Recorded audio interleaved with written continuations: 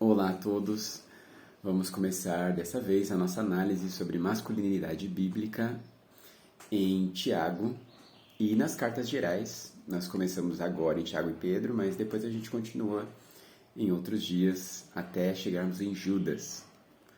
E aqui em Tiago, capítulo 1, versículo 13, diz assim: Ninguém ao ser tentado diga, sou tentado por Deus, porque Deus não pode ser tentado pelo mal e Ele mesmo a ninguém tenta. Ao contrário, cada um é tentado pela sua própria cobiça, quando esta o atrai e seduz.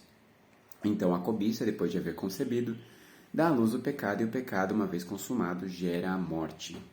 Não vos enganeis, meus amados irmãos. Então nós estamos falando aqui de cobiça, de desejar muito além do que você necessita, e nós estamos falando de como o pecado funciona.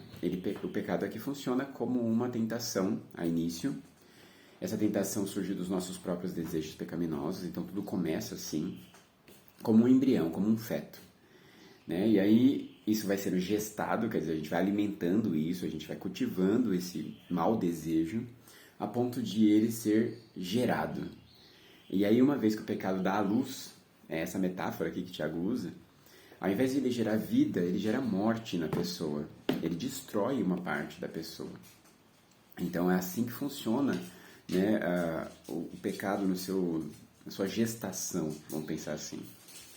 E esse pecado, uma vez que ele vai criando raízes na vida da pessoa, ele gera um modelo de vida péssimo, que é o descrito aqui no capítulo 4 de Tiago, que diz assim: De onde procedem guerras e contendas que há entre vós? De onde, senão dos prazeres que militam na vossa carne?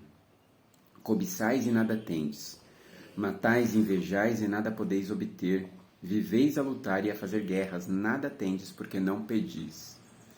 Pedis e não recebeis porque pedis mal, para esbanjardes em vossos prazeres. Infiéis, não compreendeis que a amizade do mundo é inimiga de Deus? Aquele, pois, que quiser ser amigo do mundo, constitui-se inimigo de Deus. Ou vocês supõem que em vão afirma a Escritura, é com ciúmes que por nós anseia o Espírito que ele fez habitar em nós. Antes, ele dá maior graça pelo que diz: Deus resiste aos soberbos, mas dá graça aos humildes. Então, esse trecho aqui, ele nos ensina o seguinte. Aliás, eu vou ler um pouquinho além, porque eu acho que esse outro trecho também é importante. Sujeitai-vos, portanto, a Deus, mas resisti ao diabo, e ele fugirá de vós. Chegai-vos a Deus, e ele se chegará a vós outros. Purificai as mãos, pecadores, e vós que sois de ânimo dobre, limpai o coração. Afligi-vos, lamentai e chorai, converta-se o vosso riso em pranto, e a vossa alegria em tristeza. Humilhai-vos na presença do Senhor, e Ele vos exaltará. Então, o que esse trecho está me dizendo?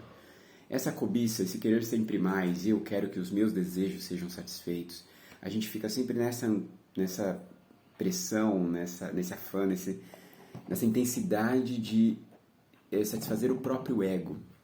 O que ele diz que isso resulta? Morte, briga, contenda, afastamento de Deus. Né? E além de tudo isso, não conseguir a satisfação, porque a satisfação real não está em satisfazer os desejos diabólicos, os desejos malignos que estão em nós. Eles, na verdade, são insaciáveis. O diabo já cria um padrão assim, ele dá menos do que nós precisamos para nos manter sempre querendo mais e escravos dele. E aqui é interessante que ele fala sobre o diabo. Então, assim, não é só do nosso próprio desejo pecaminoso em função da raiz do pecado estar em nós, né, desde a queda do homem, da humanidade, mas também há forças espirituais no mundo invisível aqui que também nos traz esses maus desejos, também nos provoca a querer fazer o que é mal. Então essas forças externas, em conjunto com essas forças internas aqui, guerreiam e nos afastam de Deus cada vez mais, querem nos afundar no pecado. E aí o que ele recomenda para nós aqui? Sujeitem-se a Deus. Né? Quer dizer, você escolhe a quem se sujeitar. Então se sujeite a Deus. É Ele que mora em nós, como ele disse, Ele tem ciúmes de nós, Ele quer a nossa vida só para Ele. E que bom isso, porque Ele gera vida, o pecado gera morte. Então cheguem-se a Deus, Ele vai se aproximar de você também. Purifiquem suas mãos, pecadores. Né? Tomem uma decisão, não fiquem com um ânimo dividido. lamentem de verdade, chorem de verdade. Então essa é a atitude do verdadeiro cristão. Entender o quanto o pecado é destrutivo e resistir e se sujeitar a Deus e buscar a Deus com toda a intensidade, lamentando o mal que o pecado produz. Então isso nós temos aqui em Tiago. E aí quando a gente vai para Pedro, a gente tem no capítulo 2, versículo 9, o seguinte, do 9 ao 12. Vocês, porém, sois raça eleita, sacerdócio real, nação santa, povo de propriedade exclusiva de Deus, a fim de proclamardes as virtudes daquele que vos chamou das trevas para a sua maravilhosa luz. Vós sim, que antes não erais povo, mas agora sois povo de Deus, que não tinhas alcançado a misericórdia, mas agora alcançaste misericórdia. Amados, exorto-vos como peregrinos e forasteiros que sois, a vos absterdes das paixões mundanas, carnais, que fazem guerra contra a alma, mantendo exemplar o vosso procedimento no meio dos gentios, para que naquilo que falam contra vós, como de malfeitores, observando-os em vossas obras, glorifiquem a Deus no dia da visitação. Então, qual é a exortação de Pedro aqui? Nós somos um povo diferente, remidos por Cristo Jesus para sermos santos, exemplares. Ele fala, então vivam desse jeito, nós não somos daqui. Né? Essas tentações desse mundo são paixões passageiras, nós somos peregrinos aqui, isso não nos cabe. Então nós temos uma pátria, nós temos uma identidade que vai para fora daqui, para além desse mundo e dessas ilusões que o mundo nos apresenta. Então é essa exortação que Pedro usa, essa é a metáfora que ele usa, né? Tiago usa da gestação, mas aqui ele usa a da nossa identidade mesmo, né? Como cidadãos dos céus.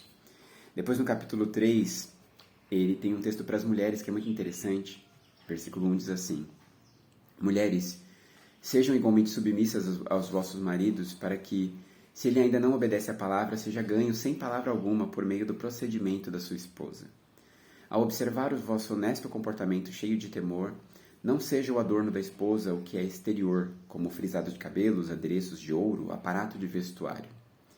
Seja, porém, o homem interior do coração, unido ao incorruptível trajo de um espírito manso e tranquilo, que é de grande valor diante de Deus. Pois foi assim também que assim mesmo se ataviaram outrora as santas mulheres que esperavam em Deus, estando submissas aos seus maridos, como Sara, que obedeceu a Abraão, chamando-lhe Senhor, do qual vocês são filhas, praticando o bem e não temendo perturbação alguma. Então aqui ele está dizendo assim, mulheres, vocês que se converteram já casadas, com maridos que não se converteram, não adianta ficar falando, mostra uma vida exemplar, mostra uma vida diferente, uma vida que se preocupa em ser de verdade, profundamente, na essência, não só a beleza externa, não só na aparência. Porque assim, sem palavra alguma, você pode ganhar seu marido, é o que ele está dizendo aqui, né? Numa atitude de simplicidade, de humildade, né? É muito bonito esse texto.